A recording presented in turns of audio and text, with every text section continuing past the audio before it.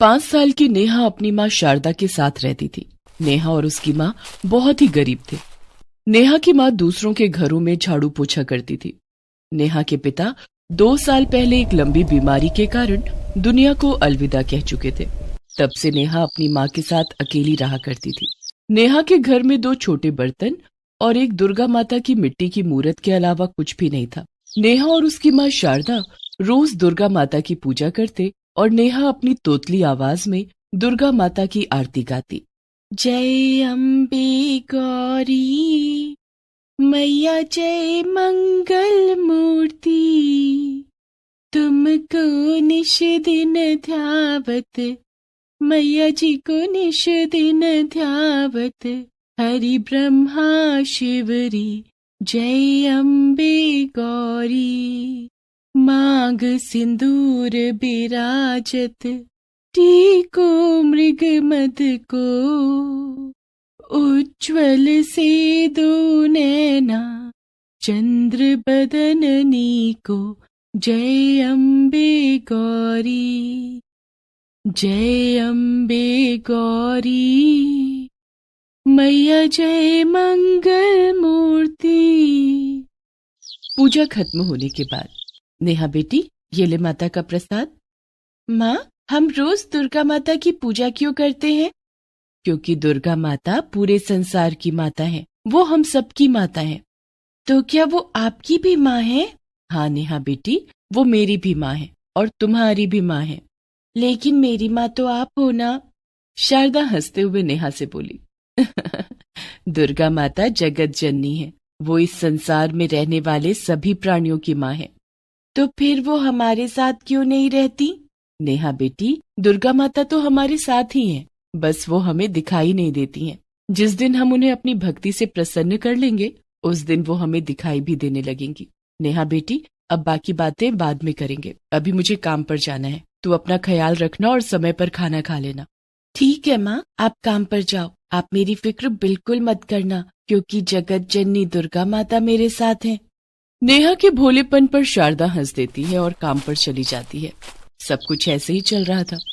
भले ही शारदा और नेहा गरीब थे, लेकिन वो दोनों दिल से बहुत अमीर थे। कोई भी दिन ऐसा नहीं जाता जब शारदा दुर्गा माता के भोग के लिए मिश्री लेकर ना आती हो, चाहे खुद के खाने के लिए सूखी रोटी भी नसीब ना हो। कई कई दिनों तक दोनों को भूखे पेट ही सोना पड़ता। ऐसे में दोनों दुर्गा माता का नाम लेकर सो जाती। धीरे धीरे दिन गुजर रहे थे। एक दिन अचानक शारदा की तबीयत बहुत खराब हो गई और वो काम पर नहीं जा सकी।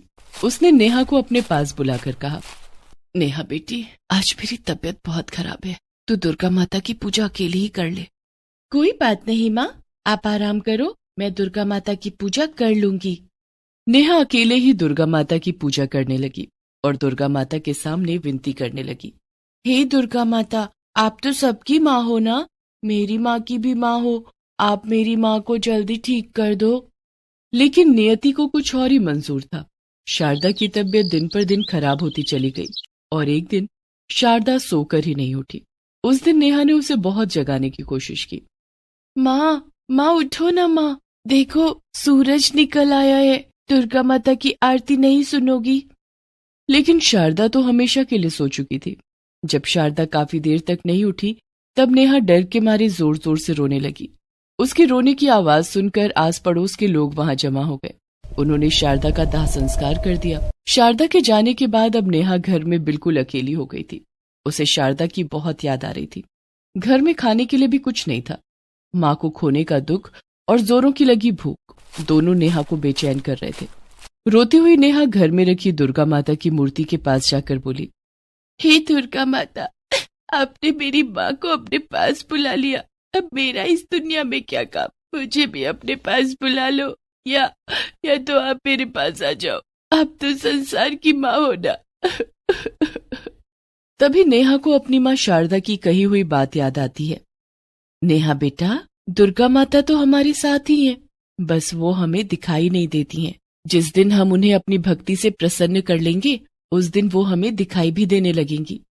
मैं अपनी भक्ति से दुर्गा माता को प्रसन्न करूंगी और वो मुझे दिखाई देने लगेंगी। उस दिन के बाद से नेहा दुर्गा माता की मूर्ति के सामने बैठकर लगातार उनकी आरती गाने लगी।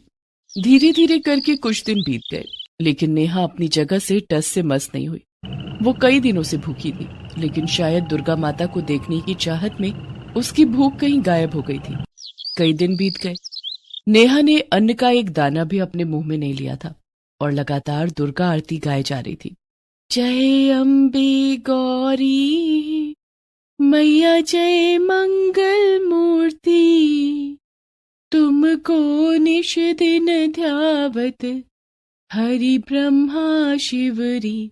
जय अम्बे गौरी मांग सिंदूर बिराजत, टीको मृग मत को मैया टीको मृग मत को। उज्ज्वल से दो नैना चंद्र बदननी को। जय अम्बे गौरी जय अम्बे गौरी मैया जय मंगल मूर्ति। नेहा की कठिन तपस्या देखकर दुर्गा माता का दिल पसीज गया। दुर्गा माता ने मन ही मन में सोचा, नेहा कई दिनों से मुझे पुकार रही है, मुझे अब नेहा के पास जाना ही होगा और नेहा की मदद भी करनी होगी। दुर्गा माता नेहा की माँ शारदा का रूप धारण करके नेहा के सामने प्रकट हो जाती हैं और नेहा से कहती हैं, नेहा बेटी आंखें खोलो। शारदा की आवाज सुनकर नेहा अपनी आंखें खोलती है। अपनी माँ शारदा को अपने सामने देखकर नेहा खुशी से उछल पड़ती है और शारदा के गले लग जाती है। माँ तुम आ गई माँ। माँ मैंने दुर्गा माता की बहुत तपस्या की है, मैं कई दिनों से लगातार दुर्गा माता की पूजा कर रही हूँ। बेटी तुम्हारी तपस्या से खुश होकर ही दुर्गा माता ने मुझे तुम्हारे पास भेजा है। सच माँ? हाँ मेरी बच्ची तूने बहुत दिनों से कुछ नहीं खाया, चल मैं तुझे खाना खिला देती हूँ। लेकिन माँ तुम्हें कैसे पता चला कि मैं बहुत दिनों से भूखी हूँ? क्योंकि दुर्गा माता ने मुझे सब बता दिया है। अब चल जल्दी से खाना खा ले, देख मैं तेरे लिए हलवा पूरी लाई हूँ। दुर्गा माता अपनी शक्ति से भोजन की एक थाली प्रकट कर देती हैं, जिसमें हलवा पूरी और कई तरह के पकवान थे। शारदा बनी दुर्गा माता नेहा को अपने हाथों से खाना खिलाने लगती हैं। काफी दिनों के बाद अपनी माँ को अपने पास पाकर नेहा भी बहुत खुश थी। माँ आप भी खाओ ना। नेहा अपने हाथों से शारदा बनी दुर्गा माता को खाना खिलाती है। नेहा के हाथ से खाना खाकर दुर्गा माता मन ही मन सोचती हैं, नेहा बेटी तेरी भक्ति ने मुझे प्रसन्न कर दिया, जल्द ही तेरे सारे दुख दूर हो जाएंगे, लेकिन कुछ दिन तेरे सानिध्य का आनंद मैं भी ले लूं। अब शारदा बनी दुर्गा माता नेहा के साथ ही रहने लगती हैं। दुर्गा माता रोज नेहा के साथ खेलती, उसे खिलाती और उसकी देखभाल करती। नेहा रोज माता दुर्गा की मूर्ति की पूजा करती और शारदा बनी दुर्गा माता भी उसके साथ पूजा करती। नेहा अपनी तोतली आवाज में जब दुर्गा आरती गाती, तब शारदा बनी दुर्गा माता गदगद हो जाती। इसी तरह से दोनों के दिन हंसी खुशी से बीत रहे थे। एक दिन दुर्गा माता तो जब से नेहा के पास गई हैं, वापस आने का नाम ही नहीं ले रही हैं। इस तरह से तो सारे जगत में अंधियारा छा जाएगा। माता इस संसार के बाकी प्राणियों की तरफ ध्यान ही नहीं दे रही हैं। अब मुझे ही कुछ करना होगा। शेरू एक बालक का रूप लेकर दुर्गा माता से मिलने नेहा के घर आ जाता है। माता को मेरा प्रणाम। आओ शेरू, तुम भी मेरे साथ नेहा के सानिध्य का आनंद लो। नहीं माता, मैं यहाँ रहने नहीं आया। फिर क्यों आए हो शेरू, क्या बात है, सब ठीक तो है ना? अभी तक तो सब ठीक है माता, लेकिन जल्दी आप वापस नहीं चली तो कुछ भी ठीक नहीं रहेगा। माता नेहा के अलावा और भी भक्त हैं जिन्हें आपकी मदद की जरूरत है। आप इस तरह से उनसे मुंह नहीं मोड़ सकती। आपको सारे संसार के दुखों का नाश करना है। अब आप मेरे साथ वापस चलिए। तुम ठीक कह रहे हो शेरू, नेहा की भक्ति ने मुझे मोह में बांध लिया था। नेहा का साथ पाकर मैं तो भूल ही गई थी कि मैं तो जगत जननी दुर्गा हूँ। मुझे अब यहाँ से वापस जाना ही होगा, लेकिन मेरे जाने के बाद नेहा बिल्कुल अकेली हो जाएगी। नेहा भी बहुत छोटी है, उसे माँ के प्यार की जरूरत है। उसे मैं इस तरह से अकेला छोड़कर नहीं जा सकती। मुझे कुछ न कुछ करना ही होगा। इतना कहकर माता दुर्गा ने अपनी आंखें बंद की और अपनी शक्ति से नेहा की माँ शारदा का एक पुतला प्रकट कर दिया। माता, ये तो नेहा की माँ शारदा का पुतला है। हाँ शेरू। लेकिन नेहा इस पुतले के साथ कैसे रहेगी? तुम चिंता मत करो शेरू, ये पुतला अभी जीवित हो उठेगा। दुर्गा माता ने अपनी शक्तियों से शारदा के पुतले में प्राण डाल दिए और शारदा का पुतला जीवित हो उठा। शारदा ने दुर्गा माता को प्रणाम करते हुए कहा, प्रणाम दुर्गा माता, आपकी कृपा से मुझे दोबारा जीवन मिल गया है, आपका बहुत बहुत धन्यवाद। तभी नेहा भी वहां आ जाती है और दुर्गा माता को देखकर बहुत खुश होती है। दुर्गा माता, आखिर आप हमसे मिलने आ ही गईं। नेहा बेटी, मैं तो इतने दिनों से तेरे साथ ही थी। क्या मतलब? इतने दिनों से आप मेरी माँ के रूप में मेरे साथ रह रही थीं? हाँ नेहा बेटी, लेकिन अब तुम्हारी माँ शारदा वापस आ गई है और अब मुझे वापस जाना होगा। दुर्गा माता, क्या ऐसा नहीं हो सकता कि आप भी हमारे साथ रहे? नहीं नेहा बेटी, मुझे संसार के सभी प्राणियों की रक्षा करनी है, उनके कष्टों को दूर करना है, इसलिए मुझे अब जाना ही होगा। ठीक है, लेकिन आप वादा कीजिए कि आप हमसे मिलने जरूर आएंगी। ठीक है नेहा बेटी, मैं तुमसे वादा करती हूँ कि मैं तुम दोनों से मिलने जरूर आऊंगी। नेहा और शारदा दोनों दुर्गा माता को हाथ जोड़कर प्रणाम करते हैं, जिसके बाद दुर्गा माता अंतर ध्यान हो जाती है। दुर्गा माता के जाने के बाद नेहा और शारदा ने देखा कि उनके घर में रखी दुर्गा माता की मिट्टी की मूर्त के पास ढेर सारे रुपए, पैसे और सोने चांदी रखे हुए थे। माँ, ये देखो, दुर्गा माता की मूर्ति के पास रुपए पैसे रखे हैं। दुर्गा माता ये सब हमें देकर गई हैं। हाँ नेहा बेटी, दुर्गा माता बहुत दयालु हैं, वो गरीबों का दुख नहीं देख सकती। दुर्गा माता के दिए पैसों से नेहा और शारदा की गरीबी भी दूर हो जाती है। पूरे गांव में शारदा के दोबारा जीवित होने की चर्चा होने लगती है। गांव के लोग शारदा और नेहा की दुर्गा भक्ति की मिसालें देने लगे। ये कहानी है नेहरू नगर गांव की रहने वाली सरोज और उसकी 7 साल की बेटी निशु की। सरोज का पति दीनू गांव के साहूकार के यहाँ काम करता था और काम के दौरान एक दुर्घटना में उसकी मौत हो गई थी। पति की मौत के बाद सरोज और निशु गांव के साहूकार के घर में काम करने लगी और साहूकार के जुल्म सहती। दोनों माँ बेटी माँ दुर्गा की बहुत बड़ी भक्त थीं। आइए देखते हैं कि कैसे माँ दुर्गा ने उन्हें साहूकार के जुल्मों से मुक्ति दिलाई। निशु, निशु, जल्दी उठ, काम पर नहीं जाना है क्या? लेट हो गए तो साहूकार की गालियां सुननी पड़ेंगी। अच्छा माँ, उठती हूँ। निशु जल्दी से उठकर नहा लेती है और तैयार हो जाती है। निशु बेटा, आज तो घर में खाने के लिए भी कुछ नहीं है, आज हमें सारा दिन भूखा ही रहना पड़ेगा। सरोज और निशु माँ दुर्गा की बहुत बड़ी भक्त थी।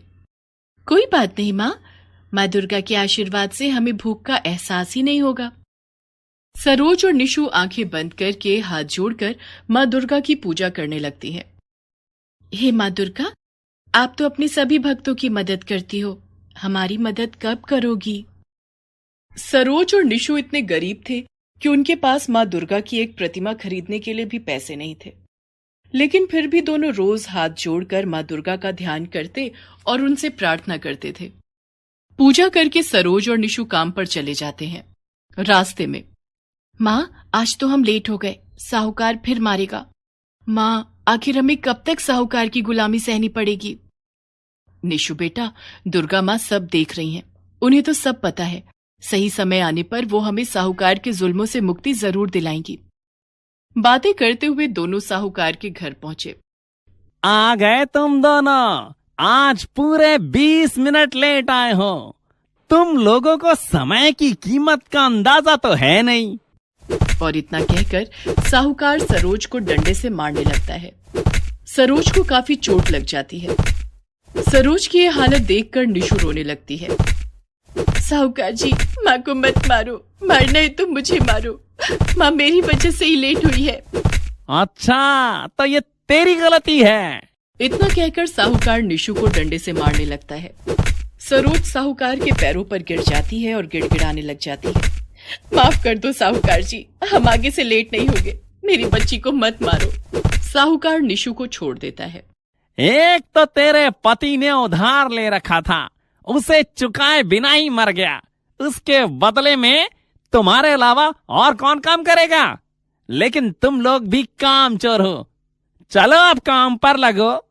दरअसल सरोज के पति दीनू ने अपनी मिट्टी के घर की छत पर खप्पड़ लगाने के लिए साहूकार से 2000 रुपए उधार लिए थे। साहूकार सूद समेत उधार चुकाने के नाम पर दीनू से मजदूरी करवा रहा था। अचानक दीनू की मौत हो जाने के बाद सरोज और निशु को साहूकार के घर पर काम करना पड़ रहा था। उधार तो कब के पूरे हो चुके थे, लेकिन गरीब और अनपढ़ होने के कारण साहूकार उनका फायदा उठा रहा था और उनसे फ्री में अपने घर का काम करवाता। सरोज और निशु माँ दुर्गा का नाम लेकर साहूकार के जुल्म सहते और उसके घर का काम करते। नवरात्रि का त्योहार आने वाला था। त्योहार से पहले साहूकार की पत्नी सरोज और निशु से अपने घर की सफाई करवा रही थी। सरोज, ये माँ दुर्गा की तस्वीर टूट गई है, इसे कूड़े में फेंक दो। लेकिन मालकिन, माँ दुर्गा की तस्वीर कूड़े में कैसे फेंक दूं? पाप लगेगा। बहस मत करो, हम टूटी फूटी चीजें अपने घर में नहीं रखते, बाजार से नई और सुंदर तस्वीर ले आएंगे। लेकिन सरोज ने माँ दुर्गा की टूटी फूटी तस्वीर को छिपाकर एक कोने में रख दिया। काम खत्म हो जाने के बाद सरोज माँ दुर्गा की उस तस्वीर को अपने साथ घर ले आई। माँ, हम इस तस्वीर को अपने घर में रखेंगे। हमारे पास माँ दुर्गा की कोई तस्वीर नहीं है ना? हाँ निशु बेटा, हम गरीबों के लिए ये एक टूटी फूटी तस्वीर नहीं, बल्कि सिर्फ माँ दुर्गा है। माँ दुर्गा की भक्ति सच्चे मन से की जाती है। तस्वीर टूटी हो या नई हो, उससे माँ दुर्गा को कोई फर्क नहीं पड़ता। ये तस्वीर माँ दुर्गा ने खुद हमारे हाथों में दी है, ताकि हम इसे अपने घर में लगाकर माँ दुर्गा की पूजा कर सके। सरोज और निशु उस तस्वीर को अपने टेप से चिपकाकर अपने घर में रख लेते हैं। नवरात्रि का त्योहार शुरू हो चुका था। सरोज और निशु रोज माँ दुर्गा की उस तस्वीर की पूजा करते। नमो नमो दुर्गे सुख करनी, नमो नमो दुर्गे, नमो नमो दुर्गे सुख करनी, नमो नमो दुर्गे दुख हरनी। निरंकार है ज्योति तुम्हारी, तिहु लोक फैली उजियारी। शशि ललाट मुख महाविशाला, नेत्र लाल भ्रिकुटी विकराला। उधर साहूकार के घर में माँ दुर्गा की नई और सुंदर तस्वीर लाई गई। साहूकार की पत्नी रोज उस तस्वीर की पूजा करती। जय अम्बे गौरी, मैया जय श्यामा गौरी। तुमको निश दिन ध्यावत हरि ब्रह्मा शिव जी। ओम जय अम्बे गौरी, जय अम्बे गौरी, मैया जय श्यामा गौरी। तुमको निश दिन ध्यावत हरि ब्रह्मा शिव जी। ओम जय अम्बे गौरी। साहूकार की पत्नी जो मुरझाए हुए फूल फेंक देती, सरोज और निशु उसे अपने आंचल में समेटकर अपने घर ले आते और दूसरे दिन उन्हीं फूलों से माँ दुर्गा की पूजा करते। माँ, हमारे पास माँ दुर्गा को चढ़ाने के लिए प्रसाद तो है ही नहीं। मैंने कल देखा था कि साहूकार की पत्नी ड्राई फ्रूट्स के टुकड़े कचरे में फेंक रही थी। वो टुकड़े मैं कल उनसे मांग लूंगी, उसे ही हम प्रसाद के रूप में चढ़ाएंगे। दूसरे दिन सरोज साहूकार की पत्नी से ड्राई फ्रूट्स के टुकड़े मांगकर घर ले आती है और उससे ही माँ दुर्गा को प्रसाद का भोग लगाती है। सरोज और निशु ने नवरात्रि का व्रत भी रखा था। धीरे धीरे नवरात्रि के 7 दिन बीत गए। माँ, कल दुर्गा अष्टमी है, हम माता को हलवा और पूरी का भोग कैसे लगाएंगे? निशु बेटा, दुर्गा माता हमारी कोई ना कोई मदद जरूर करेंगी। वो अपने भक्तों का बहुत ध्यान रखती हैं। तभी दरवाजे पर दस्तक हुई। सरोज ने दरवाजा खोला तो बाहर एक आदमी खड़ा था। कौन हो भैया? बहन, मैं गरीबों की मदद करने निकला हूँ। जरूरतमंदों को राशन मुफ्त में बांट रहा हूँ। क्या तुम्हें राशन की जरूरत है? हाँ भैया, हमारे पास तो माता को भोग लगाने के लिए भी राशन नहीं है। ये राशन ले लो बहन, इनसे हलवा और पूरी बनाकर माँ दुर्गा को भोग लगा देना। सरोज खुशी खुशी वो राशन ले लेती है। निशु बेटा, मैंने कहा था ना, माँ अपने भक्तों को कभी निराश नहीं करती। जो भी सच्चे मन से माँ दुर्गा की भक्ति करता है, माँ उसकी मदद जरूर करती हैं। दूसरे दिन दुर्गा अष्टमी थी। सरोज और निशु सुबह उठकर माँ दुर्गा की पूजा करती हैं। वे दोनों माता को हलवा, पूरी और चने का भोग लगाती हैं। निशु बेटा जल्दी चल, आज तो बहुत देर हो गई है, साहूकार जी बहुत नाराज होंगे। माँ, साहूकार जी के लिए थोड़ा प्रसाद ले लेते हैं, शायद प्रसाद देखकर उनका गुस्सा कुछ कम हो जाए। ठीक है। सरोज एक पोटली में थोड़ा सा हलवा, पूरी और चने का प्रसाद रख लेती है और दोनों माँ बेटी साहूकार के घर पहुंचती हैं। देर हो जाने के कारण साहूकार बहुत गुस्से में था। आ गए तुम दोनों माँ बेटी को बहुत चर्बी चढ़ गई है, आज फिर लेट आए हो। माफ कीजिए मालिक, वो आज दुर्गा अष्टमी थी ना, तो मैं और निशु माता रानी की पूजा करने लगे थे। भोग का प्रसाद बनाने में देरी हो गई। ये लीजिए, मैं आपके लिए भी माता का प्रसाद लाई हूँ। लेकिन साहूकार ने सरोज के हाथ पर एक डंडा मारा, जिससे प्रसाद छिटक कर जमीन पर गिर गया। बेचारी सरोज जमीन पर गिरे हुए प्रसाद को चुनकर अपने आंचल में भरने लगी, लेकिन साहूकार का डंडा नहीं रुका। वो लगातार सरोज को डंडे से पीट रहा था और सरोज उसकी परवाह किए बिना प्रसाद को जमीन से चुन रही थी। ये सब देखकर निशु बहुत जोर जोर से रोने लगी। तभी अचानक वहां वही आदमी आ गया जिसने सरोज को मुफ्त में राशन दिया था। उस आदमी ने साहूकार का हाथ पकड़कर उसे रोक लिया। तेरी इतनी हिम्मत, तू जानता है मैं कौन हूँ? मैं तुम्हारे बारे में सब जानता हूँ, लेकिन तुम नहीं जानते कि मैं कौन हूँ। तू जो कोई भी हो, मुझसे बड़ा नहीं हो सकता। मैं इस गांव का साहूकार हूँ। साहूकार के इतना कहते ही उस आदमी के शरीर से बहुत तेज रोशनी निकली और वो दुर्गा माता की सवारी शेरू में बदल गया। शेरू गुस्से में बहुत जोर जोर से दहाड़ रहा था और उसी क्षण शेरू के ऊपर बैठी हुई माता दुर्गा वहां प्रकट हो गई। माता रानी को अपने सामने देखकर सरोज और निशु ने हाथ जोड़कर उन्हें प्रणाम किया।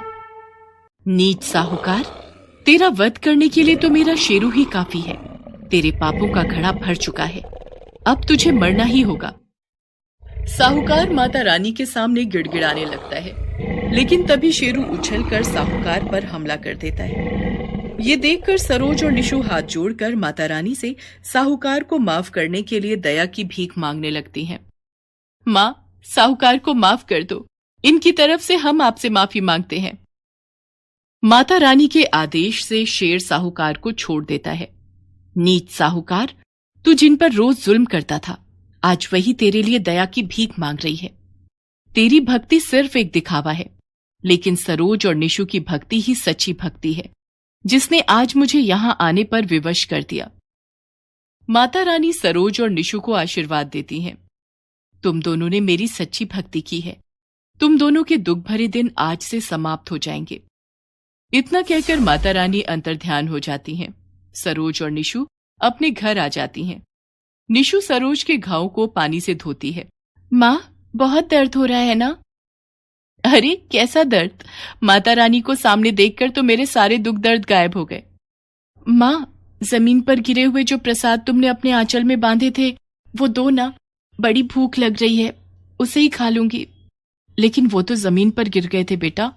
कोई बात नहीं माँ, प्रसाद तो प्रसाद होता है। निशु को प्रसाद खिलाने के लिए सरोज जैसे ही अपने आंचल की गांठ खोलती है तो वहां प्रसाद की जगह सोने, हीरे, मोती और जवाहरात रखे हुए थे। ये देखकर दोनों माँ बेटी बहुत खुश हो जाती हैं। अरे वाह माँ, अब तो हम अमीर हो गए। माता रानी ने हमारी सुन ली। ये सब माता रानी की कृपा से ही हुआ है। सरोज और निशु को अब साहूकार के घर काम करने की जरूरत नहीं थी। माँ दुर्गा के आशीर्वाद से उनकी गरीबी के दिन दूर हो गए थे। बोलो माता रानी की जय, माँ शेरा वाली की जय।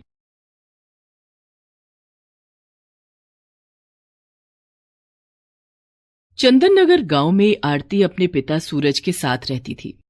आरती एक बहुत ही गरीब घर की बेटी थी। उसके पिता गांव के ही सेठ पन्नालाल के घर पर काम किया करते थे। सेठ पन्नालाल और उनकी पत्नी मंजू अपने बेटे विशाल की शादी के लिए लड़की की तलाश कर रहे थे। एक दिन सेठ पन्नालाल की पत्नी मंजू की नजर आरती पर पड़ी। उस दिन आरती अपने पिता को खाना देने के लिए सेठ पन्नालाल के घर आई थी। विशाल के पापा, क्यों ना हम विशाल की शादी आरती से करा दें? कैसी बात कर रही हो मंजू? आरती हमारे नौकर की बेटी है, उसका और हमारा कोई मेल नहीं है। इसलिए तो कह रही हूं, उसे हम हमेशा अपने पैरों के नीचे दबाकर रख सकेंगे। बाप और बेटी दोनों मिलकर हमारे घर का काम करेंगे और हमारे सामने मुंह भी नहीं खोल पाएंगे। सेठ पन्नालाल अपनी पत्नी मंजू की बात मान लेते हैं और विशाल की शादी आरती के साथ हो जाती है।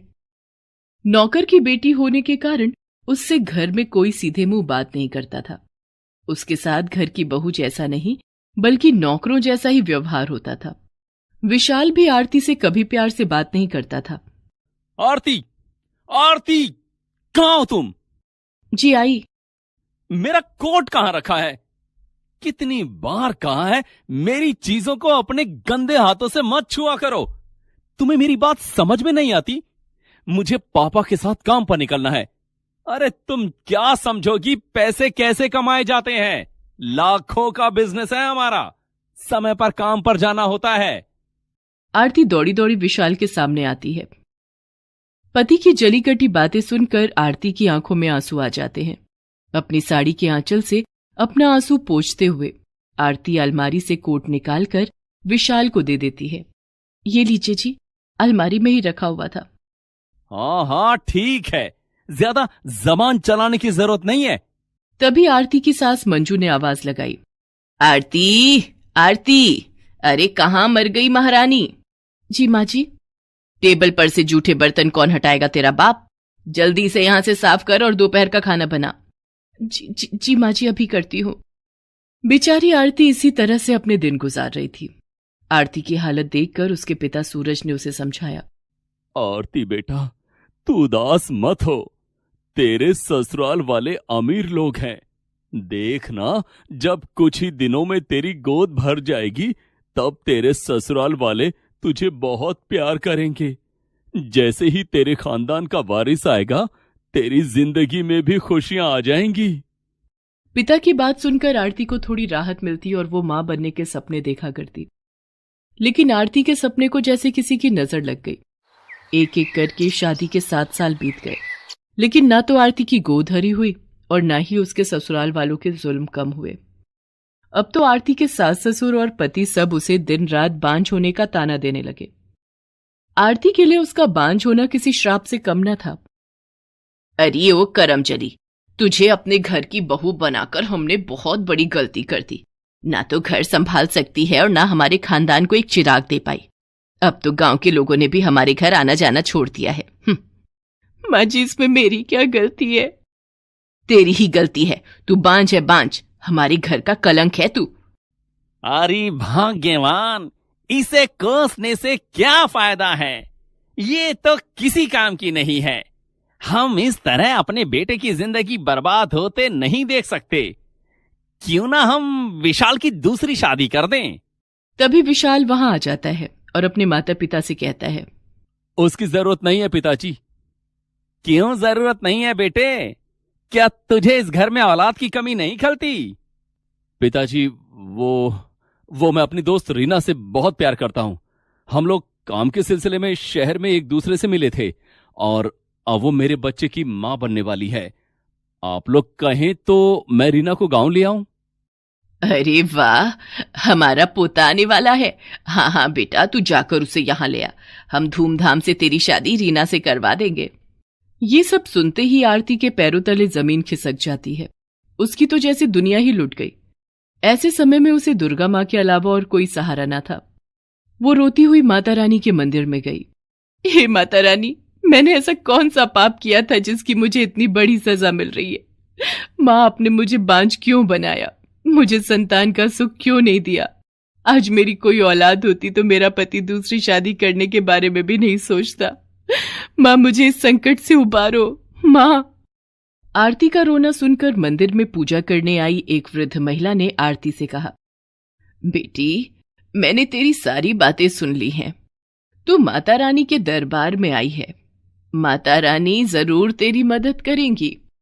माता रानी के दरबार से कोई भी भक्त खाली हाथ वापस नहीं जाता है। मैं क्या करूं, आप ही बताइए। मेरी शादी को 7 साल हो गए हैं, लेकिन अभी तक मुझे कोई औलाद नहीं हुई और इसकी सजा मुझे भुगतनी पड़ रही है। बेटी, कुछ ही दिनों में नवरात्रि का त्योहार आने वाला है। तुम 9 दिन तक व्रत उपवास करके माता रानी की पूजा अर्चना करके नवरात्रि का अनुष्ठान करो। अष्टमी के दिन 9 कन्याओं की पूजा करके एवं उनका भोग लगाकर तुम पूजा संपन्न करना। ऐसा करने से माता रानी जरूर तुम्हारी गोद भर देंगी। बेटी, माता रानी बहुत कृपालु हैं। वे तुम्हारे सारे दुख दूर कर देंगी। मैं माँ दुर्गा के पावन पर्व नवरात्रि की पूजा जरूर करूंगी। ऐसा कहकर आरती घर आ जाती है। आ गई कलमुही, कहाँ गई थी मुंह काला कराने? सुन, तेरे लिए इस घर में अब कोई जगह नहीं है। इस घर में अब वही रहेगी जो मुझे एक पोता देगी। आरती हाथ जोड़कर अपनी सास मंजू से कहती है, माँ जी, मैं यहाँ से चली जाऊंगी। बस मुझे नवरात्रि तक यहाँ रहने दीजिए। नवरात्रि की पूजा समाप्त होते ही मैं यहाँ से चली जाऊंगी। ठीक है, लेकिन सुन, कल विशाल रीना को लेकर यहां आएगा। उसके सामने कोई नाटक मत करना, वरना तुझे धक्के मारकर घर से बाहर निकाल देंगे। दूसरे दिन विशाल रीना को लेकर घर आता है। मंजू और सेठ पन्नालाल रीना को देखकर बहुत खुश होते हैं और उसका स्वागत करते हैं। अपने ही पति को किसी दूसरी औरत के साथ देखकर आरती मन ही मन रो पड़ती है, लेकिन वो कुछ नहीं कहती। रोते हुए वो अपने पिता सूरज के पास जाती है और उसे सारी बात बताती है। आरती बेटा, तू सारी चिंता छोड़कर बस माता रानी की पूजा अर्चना में अपना ध्यान लगा, अब वही तेरी नैया पार लगाएंगी। जी पिताजी, अब मुझे माता रानी पर ही भरोसा है। रीना के सामने घर के सभी सदस्य आरती की बहुत बेइज्जती करते थे। आरती, रीना के लिए नींबू का शरबत बनाकर लाओ, और माँ ने गोंद के लड्डू बनाए हैं, वो भी लेकर आना। डार्लिंग, ये कौन है? ये हमारी नौकरानी है, काफी साल से हमारे घर में काम कर रही है ना, इसलिए घर के सदस्य जैसी हो गई है। इसके पिताजी हमारे घर में नौकर हैं। विशाल की बात सुनकर आरती रसोई में जाकर जोर जोर से रोने लगती है। तभी वहां मंजू आ जाती है। तुझे कहा था कि रीना के सामने कोई नाटक मत करना, तू ऐसे नहीं मानेगी। तुझे इस घर से निकालकर बाहर फेंक देंगे, तब तू मानेगी। आरती झट से अपने आंसू पोंछती है और रीना के लिए शरबत और लड्डू लेकर विशाल के कमरे में जाती है। वहां विशाल बड़े प्यार से रीना के पेट को सहला रहा था। अपने ससुराल में आरती खून का घूंट पीकर रह रही थी और बस माता रानी का नाम लेती थी। कुछ दिनों बाद नवरात्रि का पावन त्योहार शुरू हो गया। आरती ने अपने सास ससुर से घर में नवरात्रि का अनुष्ठान करने की अनुमति मांगी। नहीं, रीना की गोद भराई की रस्म होनी है, एक घर में दो दो अनुष्ठान नहीं हो सकते।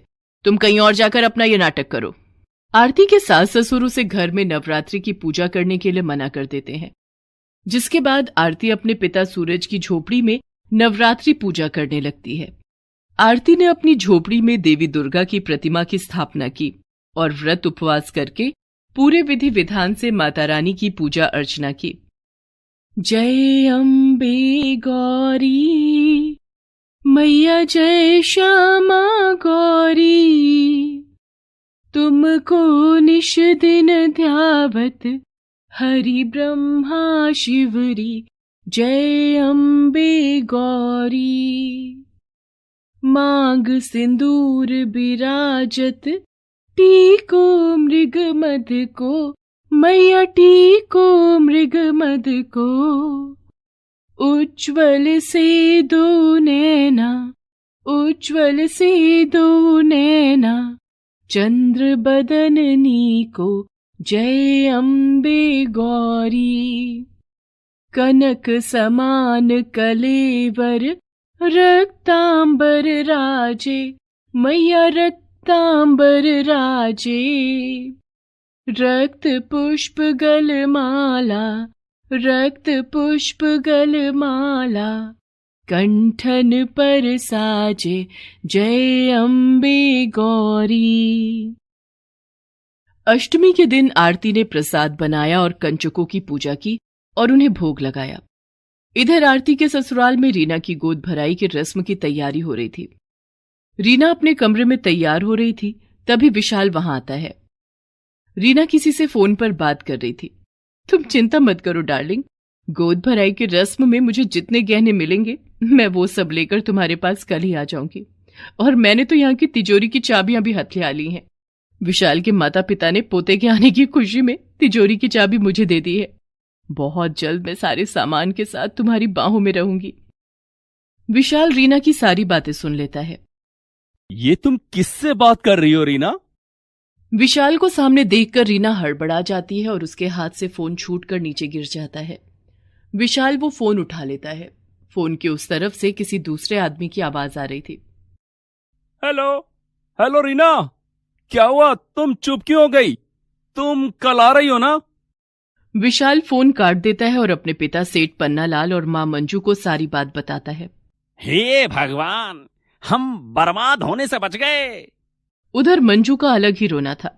हाय राम, लगता है इस घर में पोता कभी नहीं आएगा। माँ, किसी और के पाप को मैं अपना नाम तो नहीं दे सकता ना। रीना के पेट में किसी और का बच्चा है, मेरा नहीं। ये तो हमें लूटकर कल यहां से भागने वाली थी। अब गोद भराई के रस्म की सारी तैयारी हो चुकी है, अब हम क्या करेंगे? मालिक, आप गोद भराई की रस्म अपनी बहू आरती की कीजिए। आरती मां बनने वाली है। क्या? हाँ मालिक, नवरात्रि पूजा के अंतिम दिन कंचकों को प्रसाद खिलाने के बाद आरती की तबीयत अचानक खराब हो गई।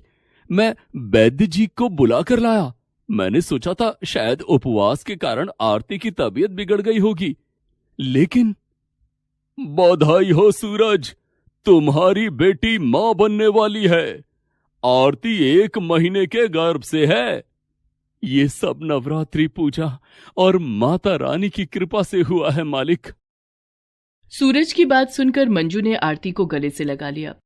सभी ने आरती से अपने कुकर्मों की माफी मांगी और आरती की गोद भराई की रस्म पूरी की गई।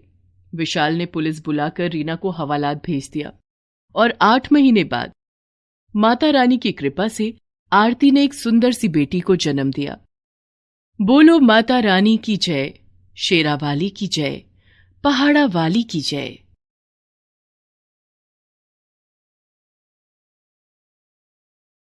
गरीब की दुर्गा भक्ति। जय अम्बे गौरी मैया, जय श्यामा गौरी, तुमको निश दिन ध्यावत हरि ब्रह्मा शिव जी। ओम जय अम्बे गौरी। अरे भोला, रुक बेटा, ले ये माता रानी का प्रसाद खा के जा। ले, हाथ आगे कर। ओहो माँ, पहले ही देर हो रही है, लाओ जल्दी। जल्दी का काम शैतान का होता है बेटा, आराम से जा। आराम से तो बस आप ही रह सकती हो माँ जी, ये आराम से बैठ गए तो घर कैसे चलेगा। जाओ जी, जल्दी जाओ आप। माँ जी के पास तो कोई काम है नहीं, सारा दिन माता रानी के सामने घंटी बजाने के सिवाय। भोला अपने खेत के लिए निकल जाता है। ना तो उसने मीना को उसके व्यवहार के लिए टोका और ना ही मंगला उसे कुछ कह सकी। दरअसल मंगला की बहू मीना बहुत ही तेज तर्रार थी, साथ ही लालची और मतलबी भी। वो मंगला से कभी भी सीधे मुंह बात नहीं करती थी। भोला भी उसी के रंग में रंग चुका था। दूसरी तरफ मंगला सारा दिन बस मां दुर्गा की भक्ति में ही लीन रहती थी। उसे दुनियादारी से कोई मतलब ही नहीं था। ना उसे मीना से कोई उम्मीद थी और ना ही भोला से। उसे तो बस अपनी माता रानी का साथ ही चाहिए था जो उसके पास था। माते, ये मंगला आपकी परम भक्त है, लेकिन इसकी ये बहू इसे कितना प्रताड़ित करती है। ना तो उसे ठीक से खाने को देती है और ना ही पहनने को। इसका बेटा भी इसकी परवाह नहीं करता। माते, आपको नहीं लगता कि मंगला को आपकी मदद की आवश्यकता है? शेरा, आवश्यकता तो हर मनुष्य को हर समय होती है, लेकिन उसे पूरा कैसे करना है ये तो मनुष्य के अपने हाथ में ही होता है। विधि के विधान में सभी का भाग्य लिखित है। थोड़ा धीरज रखो।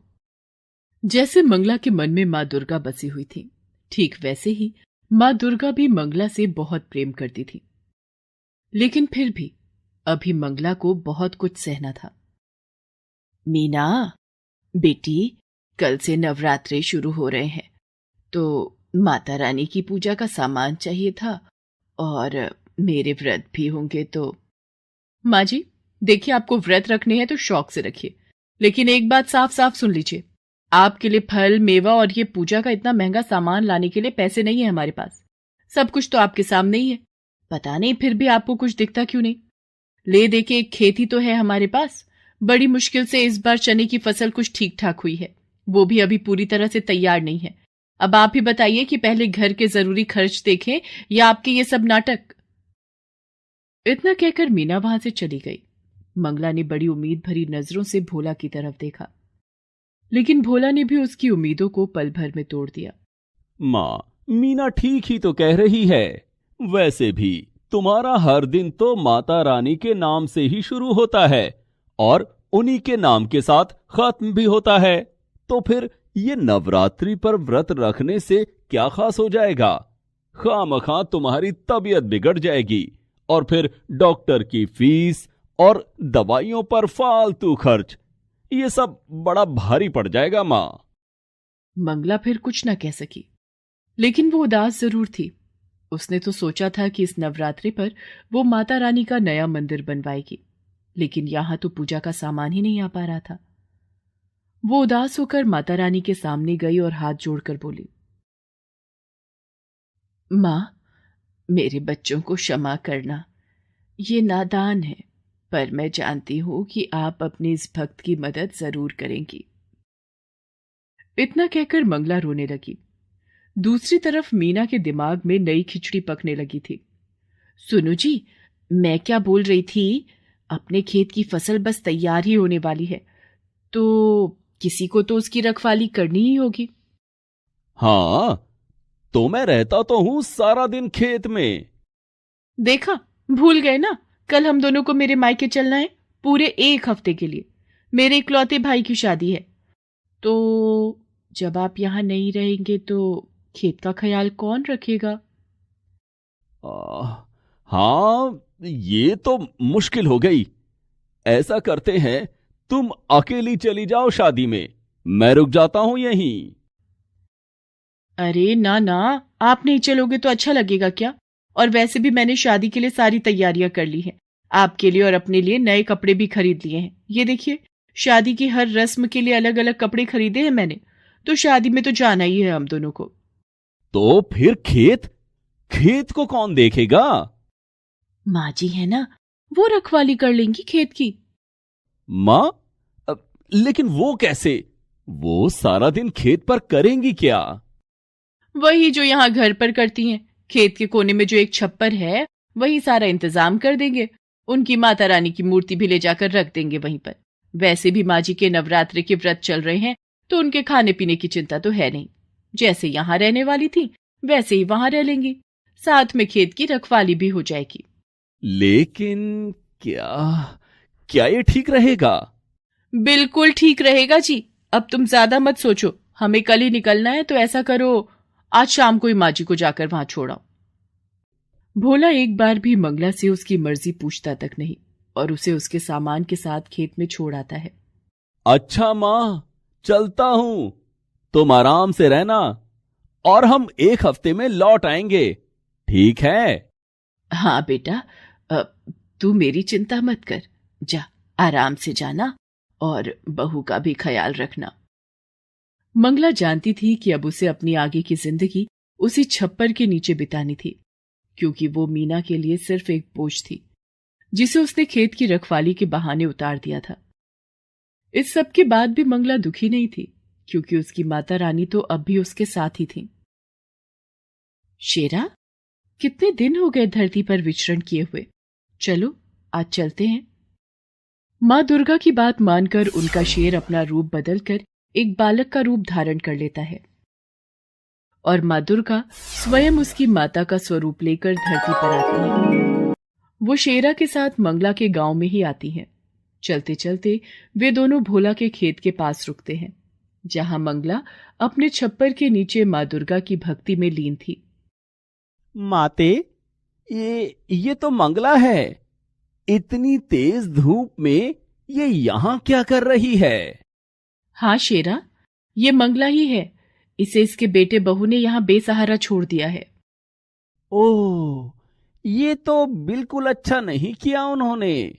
माते, अब तो आपको इसकी मदद करनी ही चाहिए। माँ दुर्गा मुस्कुराकर शेरा की तरफ देखती हैं और फिर उसे अपने साथ चलने का इशारा करती हैं। वे दोनों सीधे मंगला के पास पहुंचते हैं।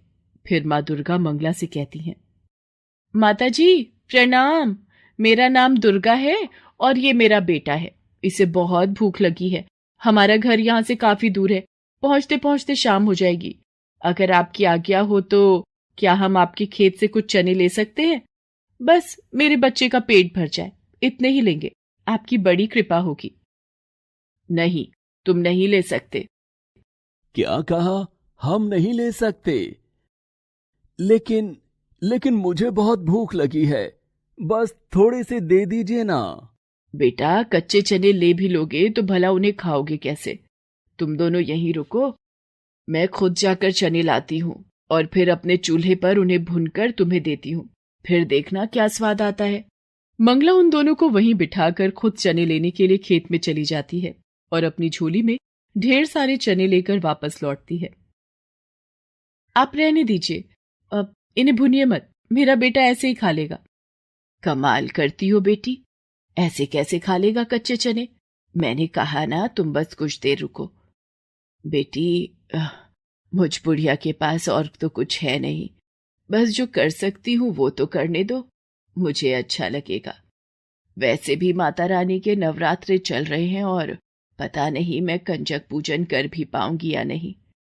इस प्यारे से बच्चे और तुम्हें चने खिलाकर ही संतोष लेने दो मुझे। इसके बाद मंगला बड़े ही प्यार से अपने चूल्हे पर उन चनों को खूब अच्छे से भूनती है और फिर माँ दुर्गा और शेरा को खिलाती है। इसके बाद, धन्यवाद माता जी, आपके चनों का स्वाद मैं कभी नहीं भूलूंगी। इसके साथ ही माँ दुर्गा शेरा के साथ वहां से जाने लगती हैं। तभी शेरा उनसे कहता है, माता, मैं जानता हूं कि ये सब मंगला की एक परीक्षा थी और जहां तक मैं समझता हूं मंगला इस परीक्षा में खरी भी उतरी है, तो क्या उसे कोई इनाम नहीं मिलना चाहिए? माँ दुर्गा एक बार फिर शेरा की तरफ देखकर मुस्कुराती हैं और फिर वो मंगला की तरफ अपना हाथ उठाती हैं। उनके आशीर्वाद से निकले प्रकाश से मंगला पूरी की पूरी सोने की बन जाती है। हालांकि वो एक मूर्ति नहीं थी, लेकिन अब सोने की एक चलती फिरती इंसान थी। और सबसे खास बात तो ये थी कि खुद मंगला को इस बात का एहसास नहीं था। इसके बाद मंगला को जिस किसी ने भी देखा वो अचंभे में पड़ गया। अब तो सारा गांव ही मंगला को अपने साथ रखने को तैयार था, यहां तक कि मीना भी।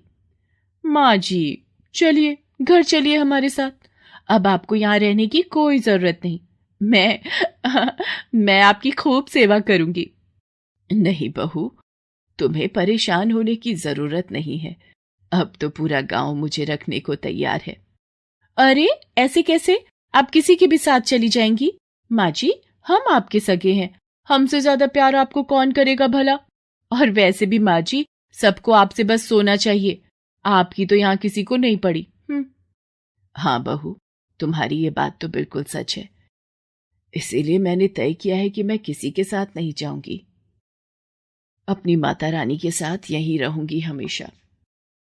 नहीं माँ जी, मैंने कहा ना, आप मेरे साथ चलिए, अपने घर चलिए, हम आपके लिए माता रानी का बहुत बड़ा मंदिर बनवा कर देंगे। आप सारा दिन माता रानी की पूजा करना और अब से हर नवरात्रि हम माता रानी के नाम से जागरण भी करवाएंगे। नहीं बहू, अब इस सब की जरूरत नहीं है। इतना कहकर मंगला माता रानी के चरणों में अपना सिर रखती है और अगले ही क्षण वो अपने प्राण त्याग देती है। ऐसा लग रहा था मानो उसने माता रानी के चरणों में ही मोक्ष को प्राप्त कर लिया था। मंगला को जो चाहिए था वो उसे मिल गया था, लेकिन मीना को नहीं, क्योंकि ना तो अब मंगला सोने की थी और ना ही मीना के किसी काम की।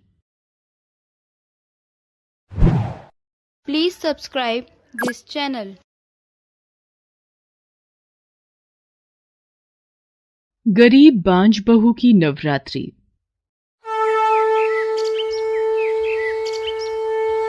सुनंदा की शादी को 5 साल हो गए थे।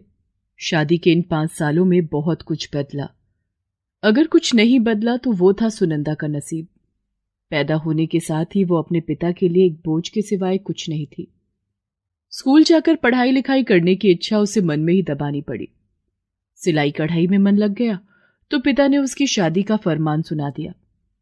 शादी के बाद घर गृहस्थी के बोझ तले मानो सुनंदा की सारी उम्मीदें टूट चुकी थीं। लेकिन इस सब के बीच भी सुनंदा के पास एक सहारा था, और वो था माता रानी का साथ। वो बचपन से ही माँ दुर्गा की भक्त थी। वो जब भी उदास होती तो माता रानी का श्रृंगार करने लगती। ऐसा करने से वो अपने सारे दुख भूल जाती और खुश हो जाती। उसके पति केशव को भी उससे लगाव नहीं था। वो रिक्शा चलाता था। कमाने वाला वो अकेला और घर में खाने वाले 5 लोग, सुनंदा के सास ससुर, उसकी ननद और केशव के साथ वो खुद।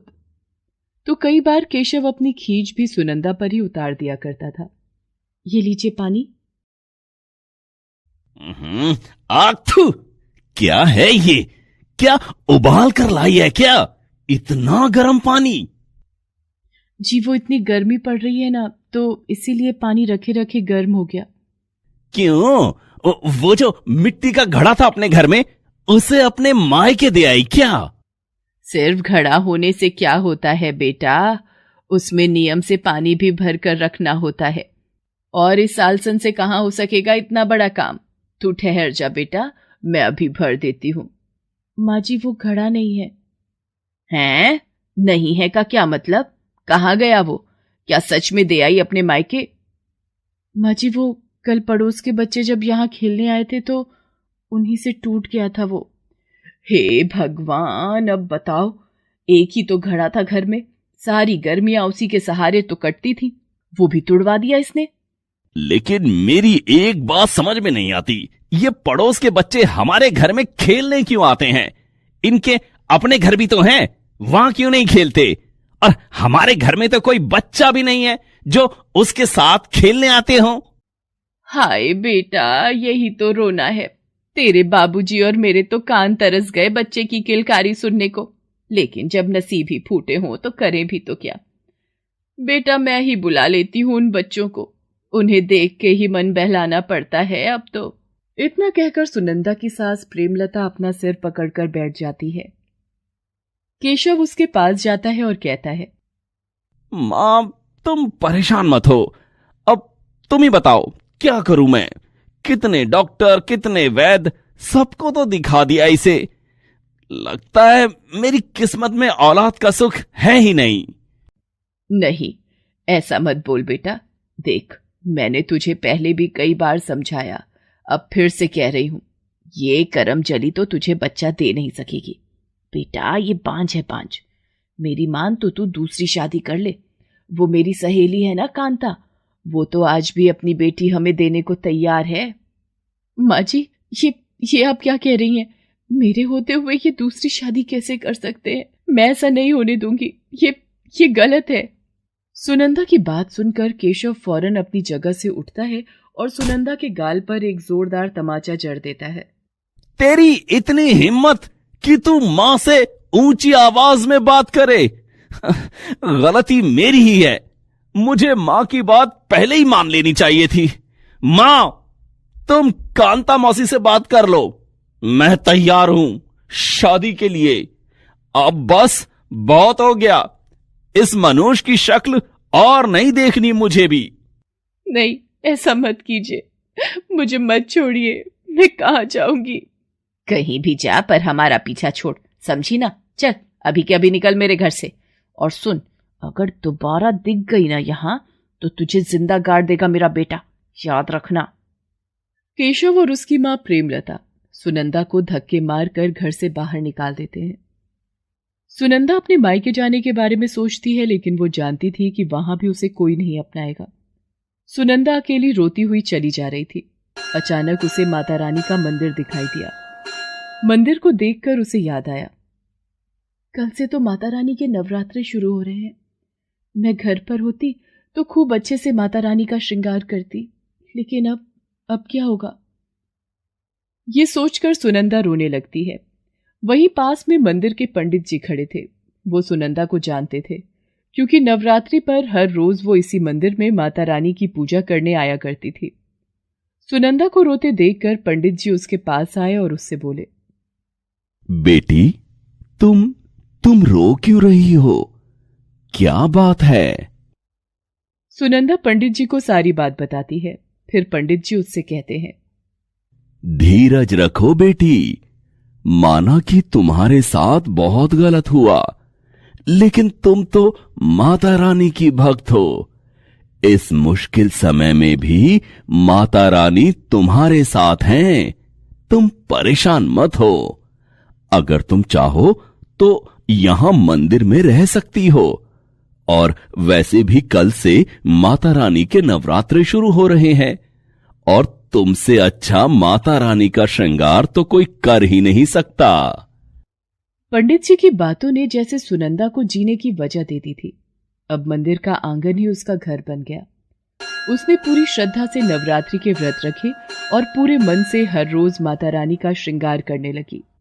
पंडित जी मंदिर में आए चढ़ावे में से कुछ पैसे और पेट भरने लायक प्रसाद उसे दे दिया करते थे। इस तरह सुनंदा अपना गुजारा करने लगी। वो सुबह जल्दी उठकर पूरा मंदिर साफ करती और फिर माता रानी का श्रृंगार करने के बाद सारा दिन मंदिर के आंगन में ही माता रानी के भजन कीर्तन करती।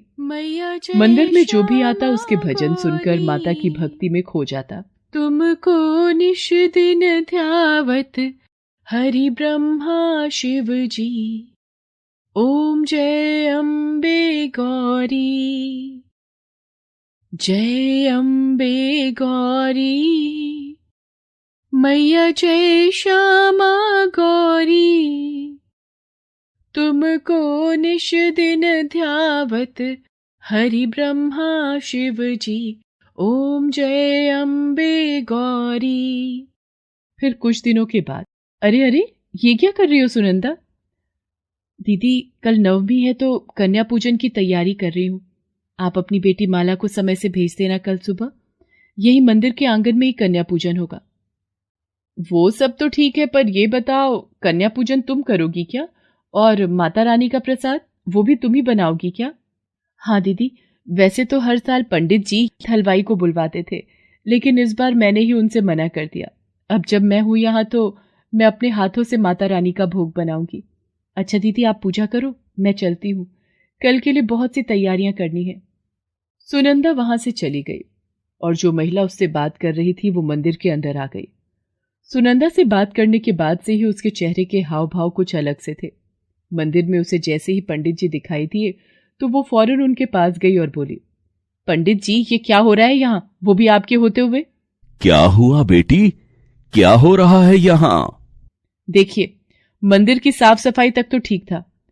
वो सुनंदा माता रानी का श्रृंगार करने लगी तो भी हमने कुछ नहीं कहा, लेकिन अब वो कन्या पूजन भी करेगी और प्रसाद भी उसी के हाथों से बनेगा क्या? ये तो बहुत गलत हो जाएगा पंडित जी। क्यों? ये सब अगर सुनंदा करे तो उसमें क्या बुराई है? मैं कुछ समझा नहीं। पंडित जी ऐसे अनजान क्यों बन रहे हैं आप? सारा गांव जानता है वो एक बांझ है, बांझ। तभी तो उसके पति ने छोड़ दिया उसे। सुना है वो तो अब दूसरी शादी भी करने वाला है। तो आप ही बताइए, जिस औरत पर इतना बड़ा लांछन लगा हो तो उसके हाथों से कन्या पूजन करवाना और प्रसाद बनवाना क्या ठीक है?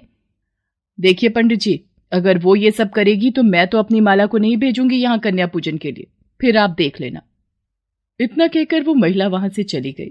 पंडित जी मुस्कुरा रहे थे। तभी उन्हें किसी के रोने की आवाज सुनाई दी। वो सुनंदा थी जो पास ही खड़ी थी और सब कुछ सुन चुकी थी। पंडित जी उसे कुछ समझा पाते उससे पहले ही वो रोती हुई माता रानी की मूर्ति के पास गई और रोते हुए बोली, माँ ये कब तक सहना होगा मुझे? घर परिवार सब छूट गया, अब आपका साथ भी छोड़ना होगा क्या? नहीं माँ, इससे अच्छा तो मैं मर ही जाऊं, वही अच्छा रहेगा। नहीं बेटी, इतनी जल्दी हिम्मत मत हारो। तुम माता रानी की शरण में हो। मुझे पूर्ण विश्वास है कि वो तुम्हारे दुख का निवारण अवश्य करेंगी। अभी ऐसा करो, कल के प्रसाद और माता रानी के श्रृंगार के लिए जो कुछ चाहिए वो सब जाकर ले आओ बाजार से।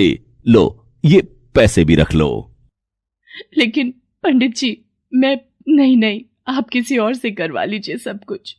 नहीं बेटी, पूरे नवरात्रे तुमने माता रानी की सेवा की है, तो नवमी पर तुम्हारा यह अधिकार मैं तुमसे कैसे छीन सकता हूं? तुम कुछ मत सोचो और बाजार से जाकर ये सामान ले आओ।